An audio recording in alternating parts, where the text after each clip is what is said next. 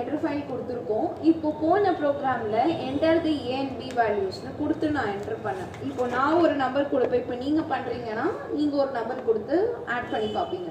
But இந்த program அப்படி கிடையாது.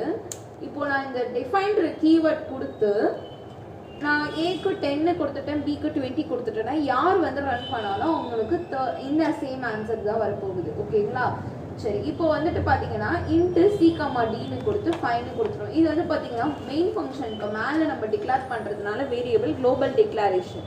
ஒரு வேளை நீங்கள் இப்போ இந்த இன்ட்டில் டிக்ளேர் பண்ணியிருக்கீங்களே சி கமா டி, அது அப்படின்னா சிக்கும் டிக்கும் சேர்த்து 5ன்னு கிடையாது, டிக்கு மட்டும் 5. சியில் போய் எல்லாமே ஸ்டோர் ஆக போகுது. ஏன்னா கமா கொடுத்து நம்ம செப்பரேட் பண்ணியிருக்கோம், அதனால நோட் பண்ணிக்கோங்க. இப்போது உங்களோட A value, B value, D value எல்லாம் ஆட் ஆகி சியில் போய் ஸ்டோர் ஆகும். ஓகேவா? இதுக்கு பேர் வந்து லோக்கல் டிக்ளரேஷன். மெயின் ஃபங்க்ஷனுக்கு கீழே பண்ணும்பொழுது இப்போ எக்ஸ்பிரஷன் செட் பண்ணுறோம். கிளியர் ஸ்க்ரீன் எதுக்காக சிஎல்ஆர் தரோம் அப்படின்னா, இது தராமல் நீங்கள் ப்ரோக்ராம் ரெடி பண்ணீங்க அப்படின்னா போன ப்ரோக்ராமுடைய அவுட்புட் வந்துடும். உங்களுடைய மானிட்டர் ஸ்க்ரீன் கிளியர் ஆகிறதுக்காக தான் சிஎல்ஆர் நம்ம கொடுக்குறோம். ஓகேவா? சரி, இப்போ எக்ஸ்பிரஷன் செட் பண்ணிடுறோம். A equal to B plus a plus b plus d. ஓகேவா? ஸோ a உடைய வேல்யூ 10, b உடைய வேல்யூ 20, c உடைய வேல்யூ 5. ஸோ இதெல்லாம் ஆட் ஆகி 35 வரும். இப்போ பிரிண்ட் ஆஃப்ல the value of c, c உடைய ஃபார்மட் ஸ்பெசிஃபை %d, c கொடுத்துறீங்க. ஓகேவா?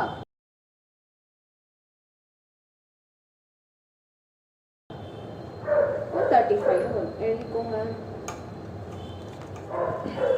நம்ம இப்போ வந்து சியும் டியும் வந்து இண்டிஜுவல் சொல்லிட்டோம். ஆனால் ஏபி வந்து நம்ம சொல்லலை, வெறும் டிஃபைன் ஏ அது மட்டும் தான் சொல்லுவோம். ஏ கொடுத்து அது டிஃபைன் கீவேர்டில் கொடுத்துட்டா நமக்கு ஆட்டோமேட்டிக்காக அப்படியே நம்ம போட்டுக்கலாம். அதுக்கு நீங்கள் இன்ட்டு கொடுத்து மென்ஷன் பண்ணணும்னு அவசியம் இல்லை.